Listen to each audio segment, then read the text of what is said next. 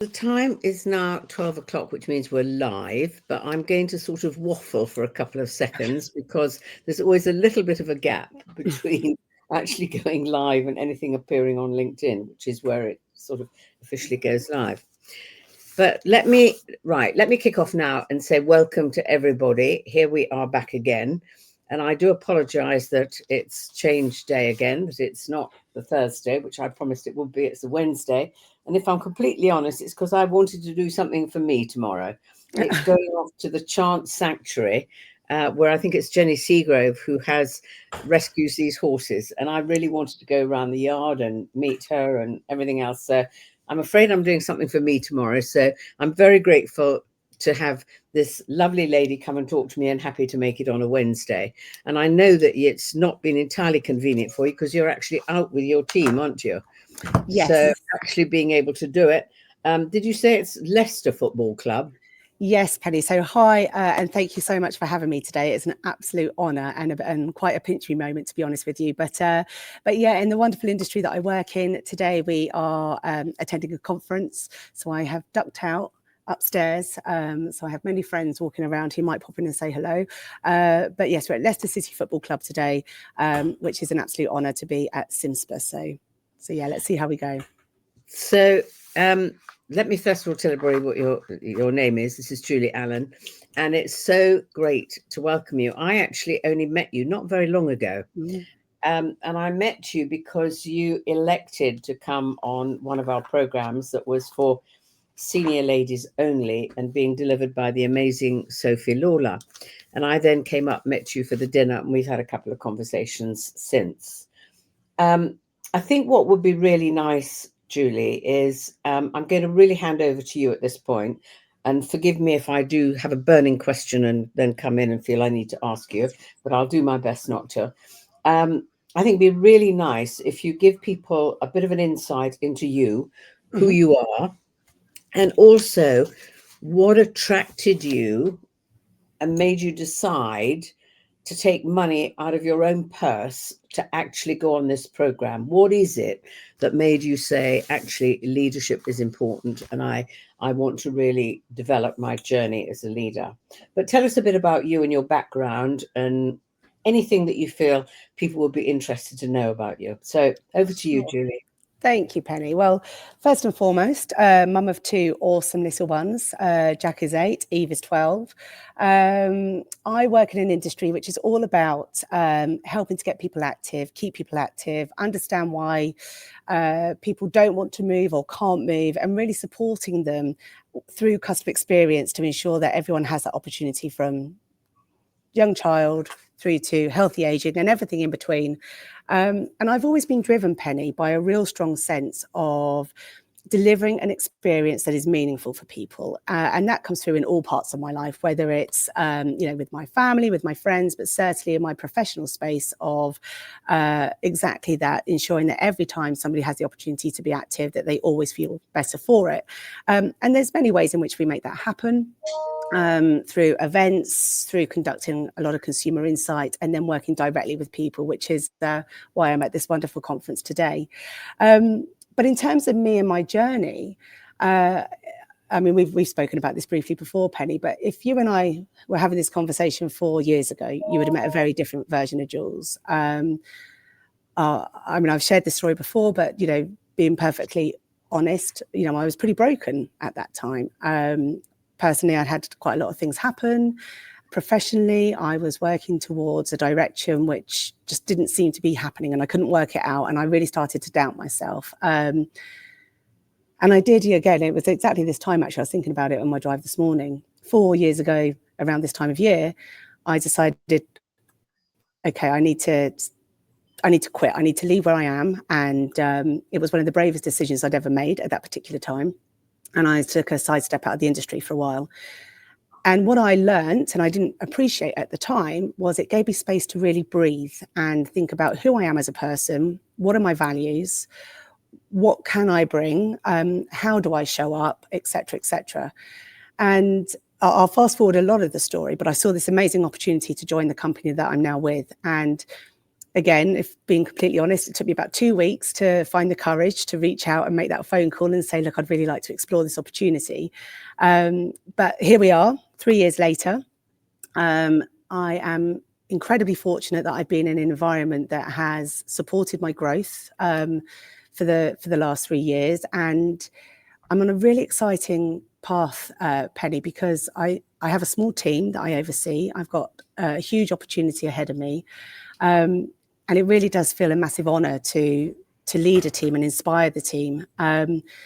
So if I now go back to the start of the year, I knew I was at a particular space where I thought, okay, Jules, to unlock this next level, you're going to need some support and some skills to do that. And actually, Penny, if I rewind again, when I got the opportunity here, I knew that I would be my biggest block.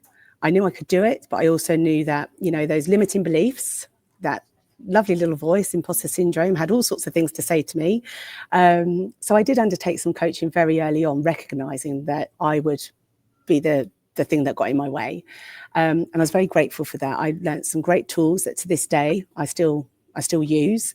But again, earlier this year, saw a post come up from Sophie Lawler, saw your program, and it spoke to me. I just thought, I need to learn more about this. And it's funny because you said something to me at our meal, and you said, you know, Jules, sometimes you've got to be ready to hear it. You're not going to hear everything. And when you're ready, it will be there.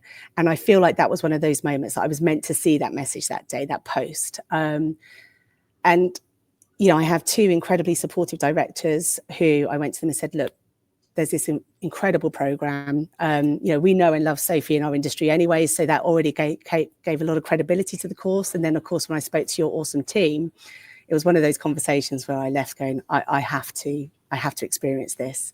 And here we are. So that's a bit of a nutshell version. But like I say, if you know me 4 years ago to where I am today, and you've been a massive part of that, very, very different people. Can I just go back 4 years? You said a couple of interesting things. You said how you felt you'd lost yourself and you felt that you needed to do something different. What is it? Where were you working? You don't have to name the company, but what was it about where you were that made you say, I've lost myself and I just don't know what it is. I need to do something different. What was causing that? Yeah, there were a couple of things. I am incredibly purpose-driven. And again, I can see a vision, understand it, and want to deliver on that. And what I learned, I probably didn't realize at the time, but certainly reflecting on it, were that there was a misalignment of values. And again, being totally honest, and I'll do this in terms of leadership, I felt my wings were clipped. I would come up with ideas and I would want to put things forward, and it just felt like where I went, it was a no. So over time, it chipped away, and I thought, well, maybe I don't know what I'm doing. Maybe I really don't know this anymore. But deep down, I knew I did. But what was happening there was just a misalignment of values and poor leadership on reflection. Interestingly speaking, watching one of your webinars recently, and the chap said around how you show up and that responsibility, and you know that you really do 100% of the time have to show up in a certain way. And of course, there were people that I really respected in my team, but their body language would be very different to what I was hearing. And I'm quite in tune with that sort of thing. And, you know, I'd see an eye roll or I'd see this, and it really did have quite a devastating impact on me because I took it all very personally. And it fed into those limiting beliefs of, oh, she's just passionate. Well, actually, what I've really learned is my passion is one of my superpowers. And it gives me that tenacity to want to keep going and stay true to me.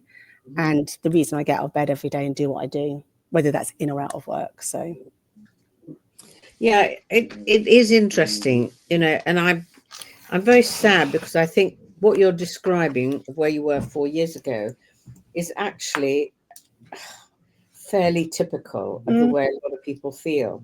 And the sad thing is that I think, in all honesty, sometimes the people who are at the most senior levels in the organization don't realize that they're having that impact. And it's one of the things I've said time and again, and forgive me for those of you who've heard it before, it always shocks me the way people are promoted.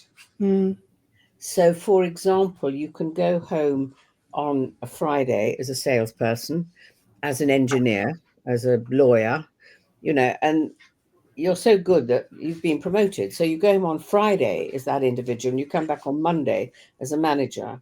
And there's meant to have been some sort of instant osmosis over the weekend. Suddenly you've acquired miraculously the skills about how to be a manager. And I can say quite bluntly that most people do not get given that opportunity. Yeah. The amount of very, very senior people in big corporates who've come through our program and said, I wish I'd done this years ago. I didn't know this.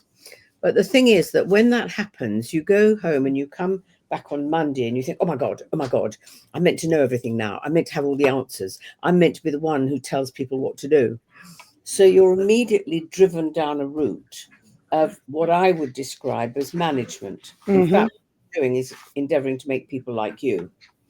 And there's that pressure on you to feel that that's what you're there to do, solve everybody's problems and all of this good stuff. And in a way, people who are at the senior levels quite often don't even realize, they don't understand management, let alone what is the difference between management and leadership. And obviously, you always need both. It doesn't matter where you are, in what company, it doesn't matter what size it is, you need both. The knack is recognizing that the majority of the time, leadership is going to help grow and develop other people. So it's not surprising what you were experiencing, but it's very sad because they miss an opportunity. And of course, it depresses you in terms of your ability to grow and learn and develop and do more. And the message that keeps coming through is you're not up to doing this without me. So it's not helpful. But tell me, when you were attracted to do the program, and I'm delighted that you were attracted to do it. And I'd be curious to know how you felt when you actually tipped up on the first day and how you found that first exercise. Oh, I'm gosh. really curious to know that, because that must have taken you way out of your comfort zone. But I'd love to know. And when you began to recognize that actually there's a significant difference between management and leadership. So, I mean, I'll just wrap up on the experience of 4 years ago, that whilst I'm not grateful for it, I learned a lot from it. And I think that's always a win. Although it was a hurtful time for me, actually, what I took from that was I would never want anyone else to feel that way. And if I have the opportunity to support someone, I always will. So, whilst it wasn't good, I took a lot from that. So let's go to day one of the program. And again, for anyone who may be watching this who knows me, you'll know I'm quite an excitable person, and I was excited, but also quite, I suppose, a little apprehensive, because this really does mean so much to me, Penny. I want to show up for my team, give them the space to grow, to not clip their wings, if anything, let them fly. That's absolutely what I'm here to do. And if I'm completely honest, I thought I was pretty good at that to an extent, but hello, blind spots. I found all sorts. So what was so fascinating was, day one, we get ready for the introductions, as you would think. And without knowing it, we probably are judging each other. We've said hello, we've had a coffee, and it's all very surface level, as it typically is. And what your course does so brilliantly, and Sophie just absolutely just floored us all with it, gave us the permission almost to be unbelievably true to ourselves, to share things that we would never have gone into that room to say, I'm going to share this today. Your story, the pain that you felt, what that's meant to you, but equally your moments of success. And so to really reveal yourself that way to people that you don't know was one of the most powerful experiences I think I've ever had. And I don't say this lightly, but we all left that day, that particular group of women, with such a strong bond because of that exercise. We are still in touch. I know I could reach out to any one of them at any time, day or night, and they would take my call and say, right, Jules, let's work through this together, and vice versa. So it was incredibly powerful to really get to know each other. And it's funny the things you say when you start talking about your journey that perhaps you weren't prepared to say, because it's become so emotional. There were tears. I'm not going to hide behind that, and I'm actually really proud that we allowed each other and gave each other that space for it to be raw and to be meaningful, because we moved so far by the end of day one. It was pretty incredible, I have to say. Yeah, it is so interesting. And I know how many people who go through the program, that very first exercise, they're sort of blown away by it and say, my God, how is it that we can form a bond so incredibly quickly with other people in the room that we've never met before? And the thing that I find so really sad is that companies don't do anything like that typically. So somebody goes in and joins the company, and if they're lucky, they might have a meeting with the rest of the team, and it'd be, okay, this is Jules who's just joined us. Jules, share a bit about yourself. And it's, well, I've just come from this company. This is what I do. And it's really nice to join you all here today. And it's very little more than that. And yet it's really hard to explain to people that there is huge strength in vulnerability. Yeah. And having the courage to be really open about who you are. And as the senior person, obviously you have to go first, because otherwise they won't open up at all. But there's huge strength is that, because it gives people, as you just used the words, permission to be who you really are, to be really open. And without that, how can you ever build a team? Because the key thing for a team is trust. Yes. And if you don't have trust, you're never going to have a team. You'll have a bunch of people who might work well together, but you'll never have what I would call a team. And I'm curious to know, having done that program, what did you do differently when you then went back to your workplace? So, well, a couple of things. In fact, I'll share this with you. One of the things I did, I had a meeting with one of our partners on a Friday, and I didn't hear what I wanted to hear. And I thought we were in a different place. And I took it really personally. I took it and I thought, right, I'm not setting my team up in the right way. I haven't set them up for success. And I really pulled myself to bits. And over the weekend, prepared what I was going to say, rehearsed what I was going to say. I wanted to be really clear in our team meeting as to X, Y, Z, and it was very, very clear on outcomes and etc., etc. But what happened wasn't that at all. Instead, it went completely out the window, and just all this stuff came out. And I didn't cry on the call, but I came off the call and I did have that release, because I just thought, I just feel so much better to have been really authentic. And my team know me as very much as heart on my sleeve, and I do speak from there. But in this instance, I wanted to be very da-da-da-da-da. But it was a very emotive thing that we were talking about, and I couldn't put that wall up. I had to be me and move together with this. And whilst, again, if I reflect and go back to a previous version of me, I would have seen that as a massive weakness and been like, oh my God, I've shown emotion. I would have seen it as a real, I know, it's unbelievable now that I say it out loud, but actually it was a real strength to say, look, let's get through this together and move forward. So yeah, that was a massive moment for me. You see, I think you could take real pride from that, because that takes courage. That absolutely demonstrates loud and clear that the strength in vulnerability. But the thing that for me is so key, and it's quite hard to often explain this to people, because I think we're very much brought up, and brought up is not necessarily the right phrase, and I can't think of it, but in business, that if you're going to go and do, it doesn't matter what it is, if you're going to go and do presentations, if you've got to go and have a very important meeting with more senior people, whatever, we're taught prepare to the nth degree.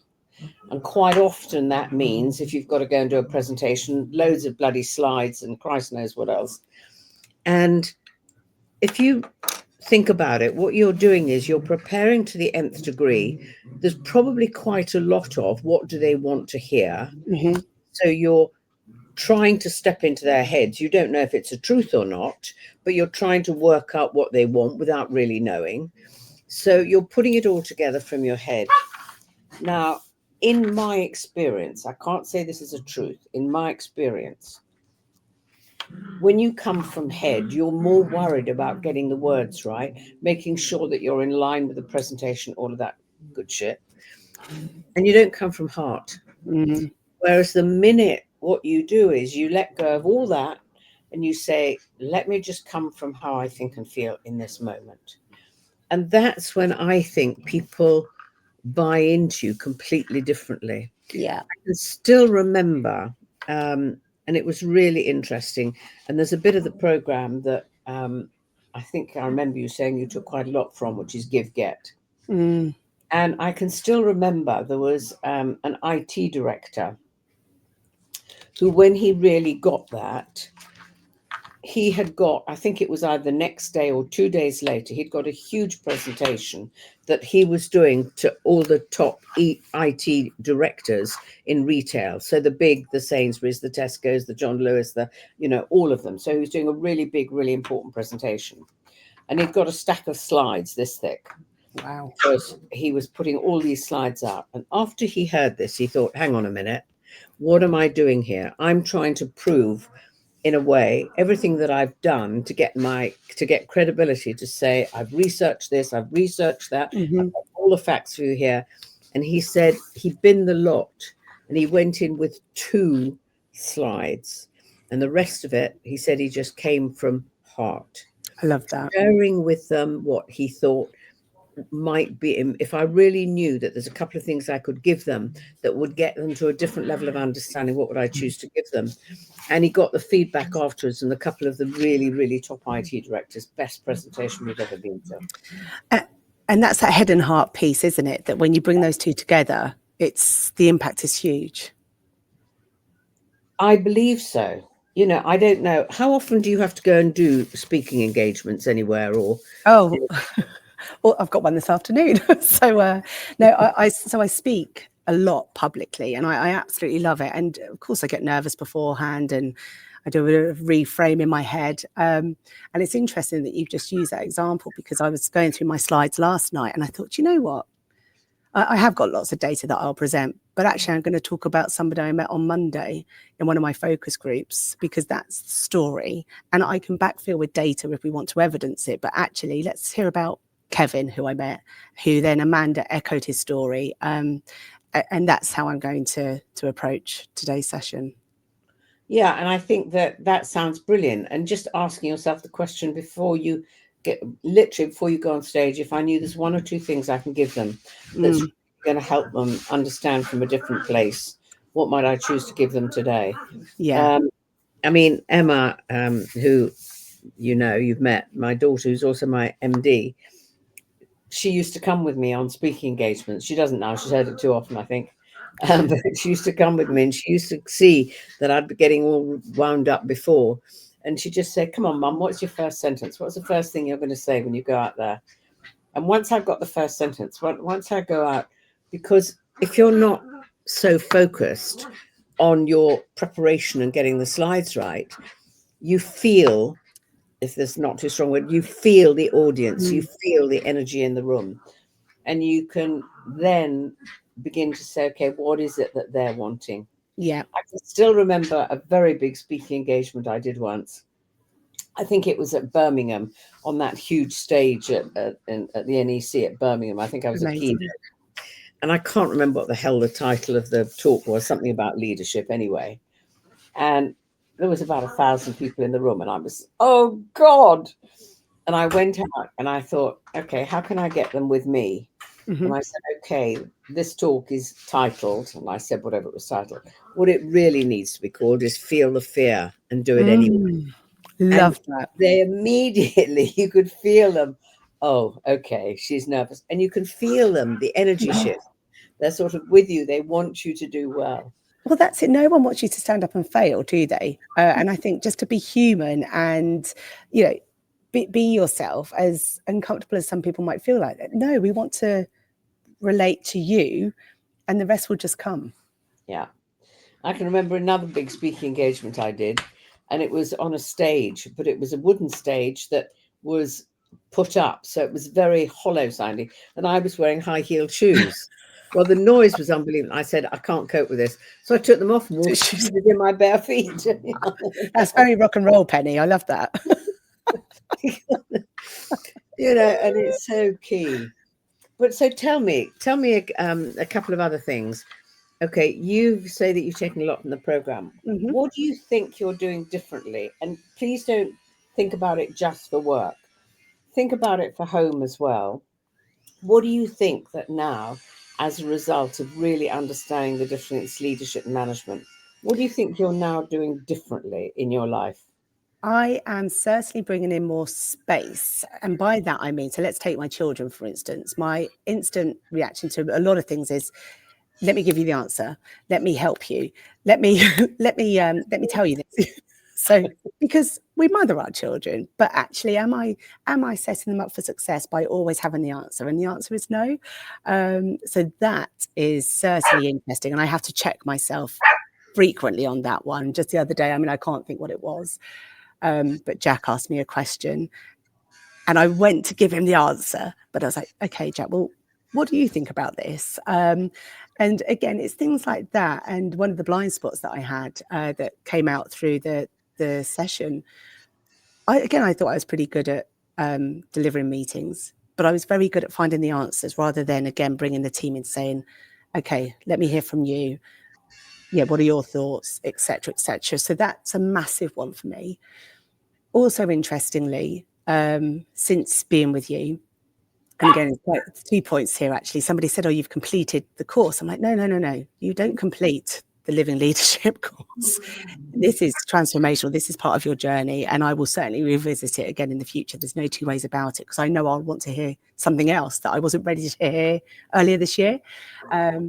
But what it did do was, again, I think I'm pretty good at reflecting and have a pretty strong self-awareness. And it really brought to my attention a particular area, a particular skill that I have perhaps shied away from because it's growth. Whilst I'm very happy to be uncomfortable and that's where growth happens, what I did was I started to work with a coach and we really got into the detail.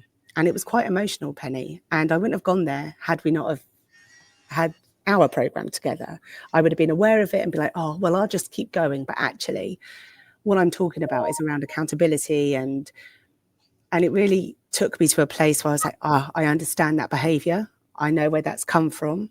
And it's not in work. It's, from many years ago. So it really did take a bit of unlocking and understanding.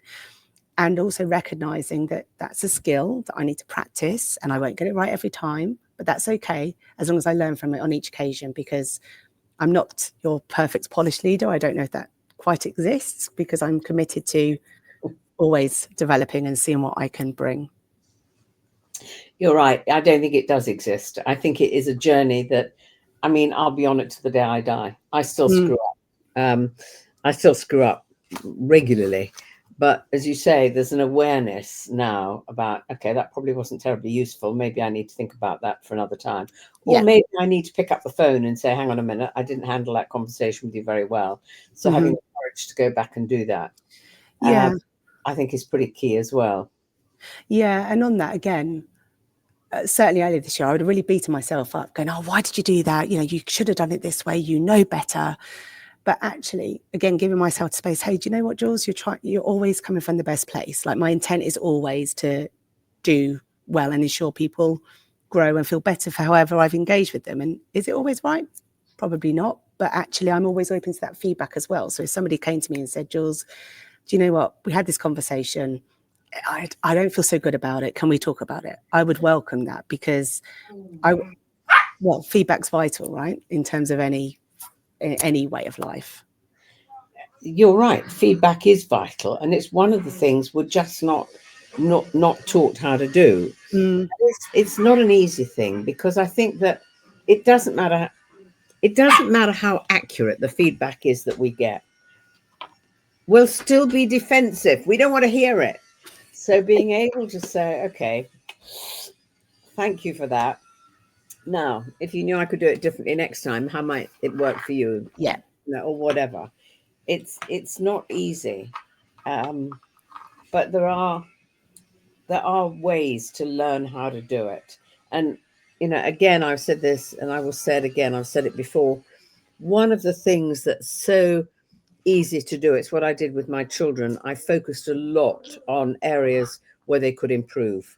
So I'd focus a lot and say, you could do that better if you did it this way, or no, that's not a sensible way to do it. So I would focus on the areas that, if you like, were their weaknesses. And I forgot to focus a lot more on their strengths. I saw them, but I didn't tell them. And I know this. What was the terminology that sometimes managers use at work, and I hate it? Oh no, we only tell them about exceptional behavior, exceptional things. But why? Why not tell them about all the little things that are good as well? So they begin to feel good about it. It's really odd, isn't it? It really is, and you've got to sweat that small stuff as well. It really matters. I think one of my strengths with my team is really recognizing where they do excel and where they're doing well. And I really love to be their biggest cheerleader and be like, "This is brilliant, fantastic. Let's do more of it." And I suppose my area of growth is to really coach and mentor and support the other areas to get the team performing in certain other ways. Again, as you know, I'm at Leicester City Football Ground today, and I was thinking on my drive here today, their manager, their coach, yes, on match day is sides of the pitch, but other than that is in there with the team, coaching, guiding, supporting, saying, I see this, okay, how about this? And trying to really work and coach rather than just be task driven, do this, do that. Yes, you need management, of course you do, but actually I'm a firm believer that if we can coach and get in and understand what's going on, why we're doing it this way, then, which actually I would say that's been an outcome from the program, being more curious, being more, tell me why this, rather than again trying to fix it, because that doesn't grow. No, it doesn't. And the problem is, if you keep giving, which is what I did with my children, if you keep giving them the answers, tell them how to do it, you educate them permanently how not to think for themselves. And I think a lot of that is what was happening for you 4 years ago. Yes. I think you're gradually being pushed further and further down with less and less belief in your own ability, simply because people were constantly telling you how to do it differently, do it their way. And not listening to maybe some new and interesting thoughts and ideas. Yeah, no, I agree with that. I certainly felt back then that I was at risk of de-skilling, I suppose. If if I knew if I stayed where I was, I wouldn't get to go to where I wanted to go. But at that time, didn't know what that looked like, because like I said, was in a very, very different place. Which again, now we fast forward back to the program from earlier this year. One of the other key takeaways for me is really trusting my instinct and listening to my gut. And actually, if something's off, it probably is, which had I have listened to that 4 years ago, I probably would have moved a lot quicker, but kept, trying to justify certain things and, oh no, it can't be that because of X. And, again, didn't listen to what was within. And I think that for me has been a huge learning this year of actually, if I'm feeling something, then I need to really lean into that and understand what that is and deal with it however it needs to be dealt with. Yeah, it is interesting how we can keep ourselves in positions that when we look back, we think, why the bloody hell did I stay there for so long? What is it? I mean, I spoke to somebody very recently, quite young, but in a quite senior position in a small company. And she was really interested, wanted to find out more about our leadership program. And I've got to be honest, I nearly ended up in the gig with giggles on the phone. I could not believe the description of where she was working. I had to say to her, there's no way I'd put you on a leadership program now. The organization and the way you're describing it, they're not even at first base of understanding management, let alone leadership. It was absolutely dire. I have to say, there's no point. I said, even if I tried to get you on the program, you understood there's no way you could put any of it into practice. It's not a good with hell. I mean, Penny, you must see so much. No, this was exceptional. This was truly exceptional. I don't often end up literally, and I said to her, I'm sorry, I'm almost in the fits of giggles because I can't believe what you're telling me. It's so unbelievable. There's no way I could do it. There's no way. It was just, but it is, and I have to admit, I don't know if it's the right or wrong thing, but as a result of my conversation, she's asked if I can give her the name of a potential coach to find out, does she actually want to be in this industry at all? She's not clear about where she wants to go. So, I had to say to her, why are you still here? I mean, it was dire. And to the point where people were being sort of brought into the company and leaving within 6 months or being fired within 6 months because they weren't the right fit, or they weren't bringing this, or they weren't doing that. I mean, it was just absolute unmitigated chaos.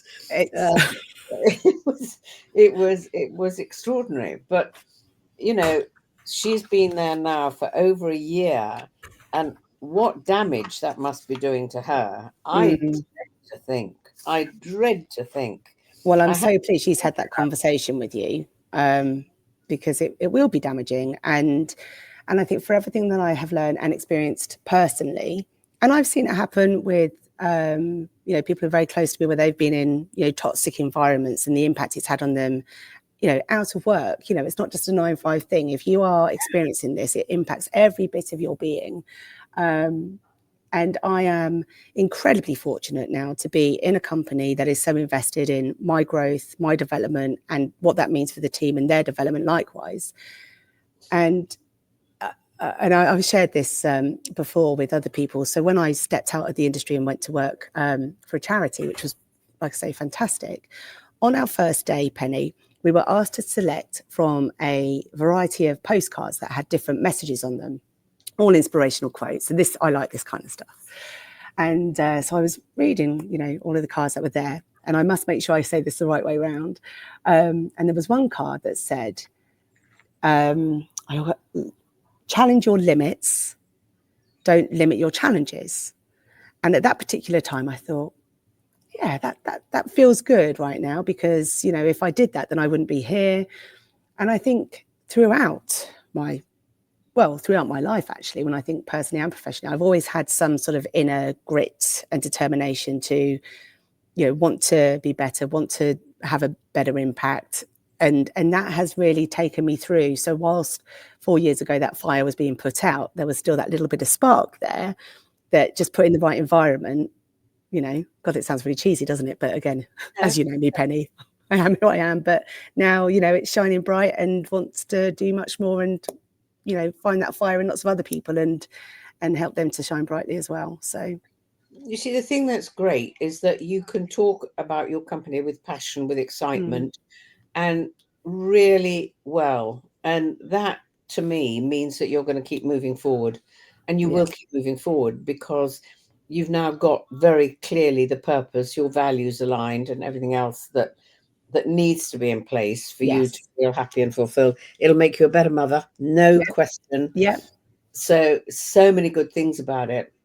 I want to ask you a question. This is coming right out of the blue at you, so you'll probably go, oh, Penny. Okay, I'm ready. I know that you said you've been watching, as you knew that you were going to be having this conversation with me, you've been watching some of the other webinars where I've been talking to some other amazing leaders. If you can think about when you've watched those, what is it about those people that have made you say, God, that's the sort of leader I'd want to be? Oh, well, I've absolutely fallen in love with, and I can't remember his name, which is terrible. I keep going to call him Steve, but it's not. It's Chris. Why is it Chris? Chris Weston. Thank you. What a guy. I mean, but what I really took from that was his calm demeanor, his authenticity. He was very, given, again, and it's terrible to say that kind of surface level, who he is and the impact he's had. I started watching thinking, oh gosh, how am I going to be on one of these with you? I've not, but he said that he'd heard this, and he passed it on in his webinar with you, that there were 3 things that really mattered: people, as in his team, customers, and the numbers. And those are the 3 things that he worries about, thinks about. And I thought, do you know what?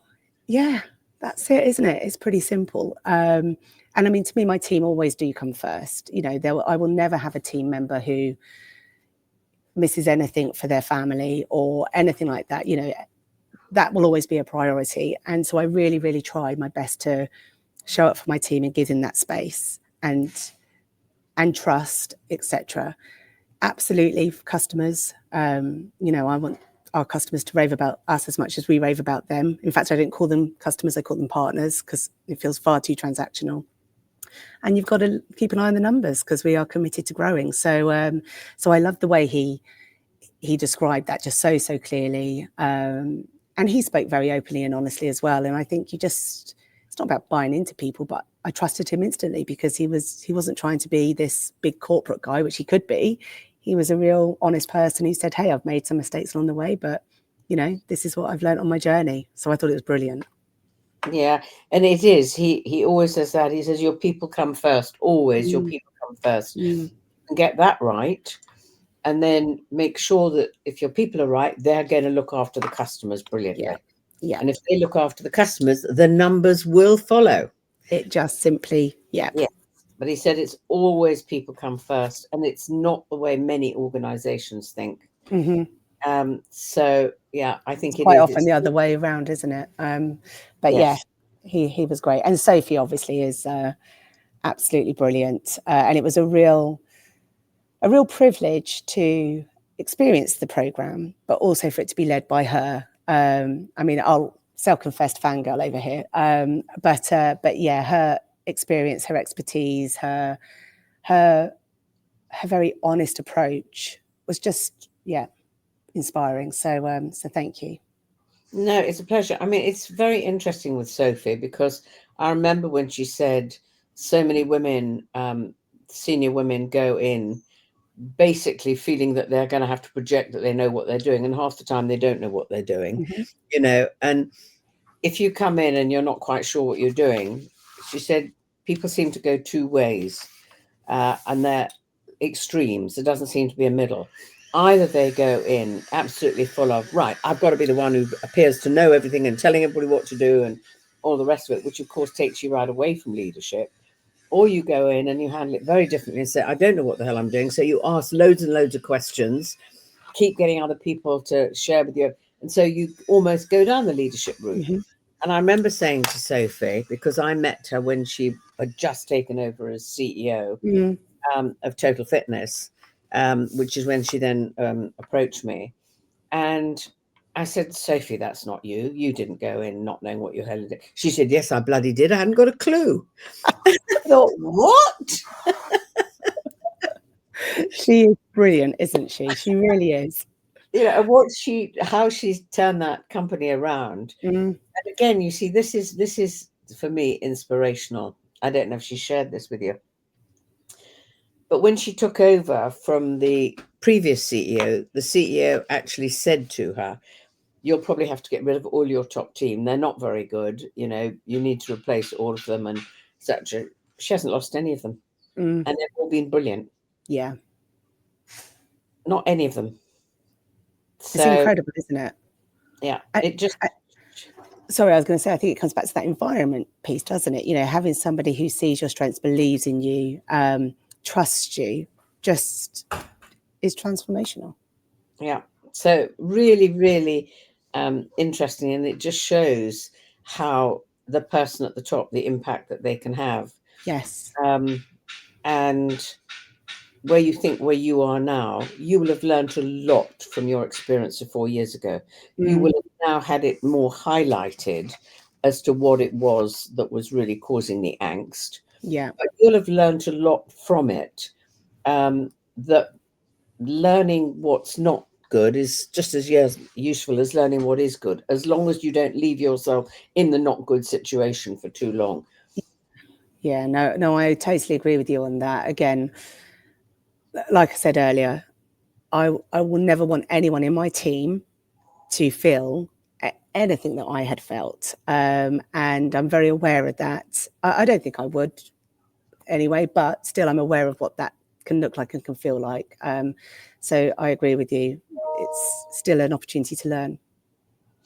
Yeah, another thing I'm curious about. Remind me again how old your children are? 8 and 12. Okay. Well, they're going on 18. I know. They grow up faster these days. It's scary. How much of what you're learning are you endeavoring to almost teach your children?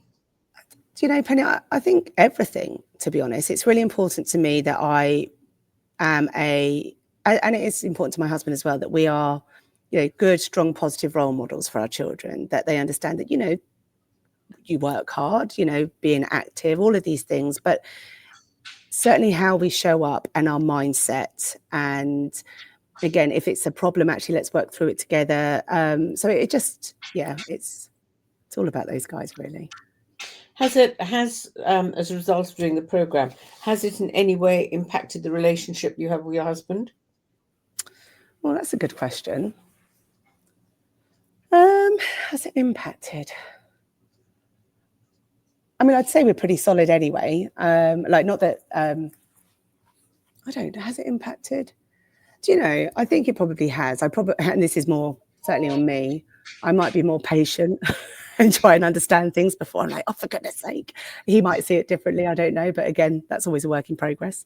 I'm going to have to give that some thought. But do you know, actually, I have got the answer. It would have positively impacted our relationship because, whereas perhaps I might have felt some frustrations about things or had worried about certain things to him, now I can see things through a different lens and the conversation is different. So it's not necessarily me saying, oh, I feel this or I feel that, or I don't know about this. I'm coming at it from a different place. Whereas, he might have been quite like, oh God, here she goes again. I mean, I'm sure he still thinks that, but but in a different way. So yeah, good question. I'll have to ask him. Well, it is interesting. I can still remember, and it was a police officer, very senior police officer. He did the program. He did the first 2 days, and he came back on day 3, and he said, "Penny, I've got a message for you from my wife. I like this new version of my husband. Please don't let the old one come back again." That's so good. And do you know, actually, just on that, one of the tasks, obviously, on day 1 is about showing gratitude. So whilst we all agreed that we were very good at saying thank you, to actually identify what it was that we were thankful for and how it made us feel, and really bring it to the behaviour. And it was funny because we all on day 1 said, well, we always say thank you for things.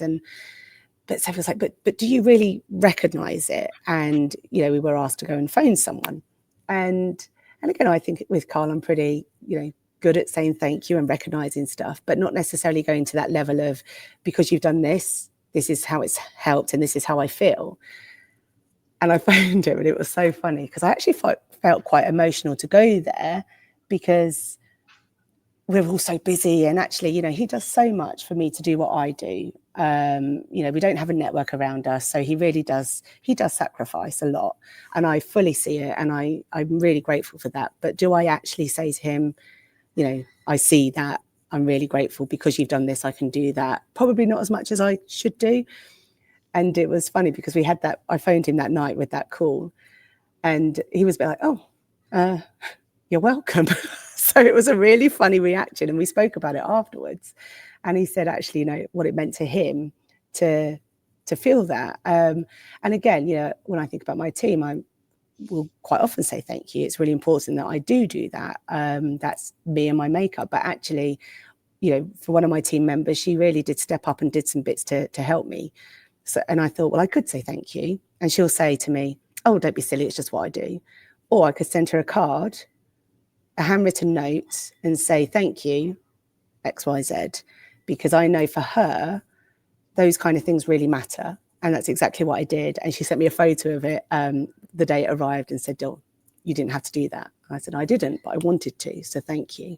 Because I wanted her to hear it. So again, going to that level of gratitude and really seeing people for what they do and how it helps is, I think that was, God, there was so much from that program, Penny. So there's another example of something I've taken from that. Yeah, it's funny, isn't it? I think there's so many things that we think that are nice about people, and we don't make the effort to do it. I Mm. mean, I suppose that I do it a lot more now. So even if I go shopping and go into my huge bloody Tesco's, when I'm at the till, if I can find something nice to say about the person who's serving behind the till, I will find it Yeah. always. So any chance, even if it's something about the way you served the person before, Mm. you were so polite and you were smiling, and it's really great the service you're giving. I think it's great. And so Mm. I can see anything where I can make a comment and say, I've noticed you, I've noticed something about you. Or I might get into a conversation and say, what are you doing this evening, or what are you doing this weekend? Have you got nice plans? So I'll always see if I can find something to say to them about them Mm. that helps them realize that I've seen them. And there always is something, isn't there? And I think we have a huge opportunity to be the difference to someone, in just that moment of recognizing whatever they might have done, just puts a smile on their face. And I Yeah, think if we can go around and just spread lots of those smiles, then everything gets to be a better place, doesn't it? yeah, it is. And sometimes being able to do just little things that may not mean a lot to you. And I know this is going back probably about 18 months, but I remember again, it was in Tesco's. Not all my experiences happened in Tesco's, but it happened to be Tesco's. And in front of me, there was this lady. I refer to her as a little old lady, and then I have to think, Christ, that's probably me as well. So no, I can't do that. But anyway, this little old lady, it came to paying, and I can't remember what it was, if she'd forgotten a PIN code or something, but she'd got all her shopping packed away. It wasn't a big shop. It was only quite a small shop. It was only about 24 quid or something. And she couldn't find it. So I just leant forward and paid it for her, Oh, you yeah. know. And I thought, well, what does that cost me? Mm. Nothing really, Mm. and she was literally, she had tears in her Yeah. eyes.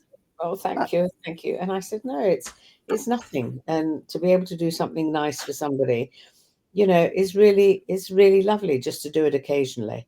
Doesn't Yeah. always It doesn't normally cost money, but in that occasion, I couldn't bear to see her so upset and worried. And, No. oh A- God, I And might have this is thought it. twice if the bill had been 150 quid. I was thinking next time I'll be in Tesco when you're in there. I'm like, oh no, Penny. But Well, what's the phrase? In a world where you can be anything, be kind.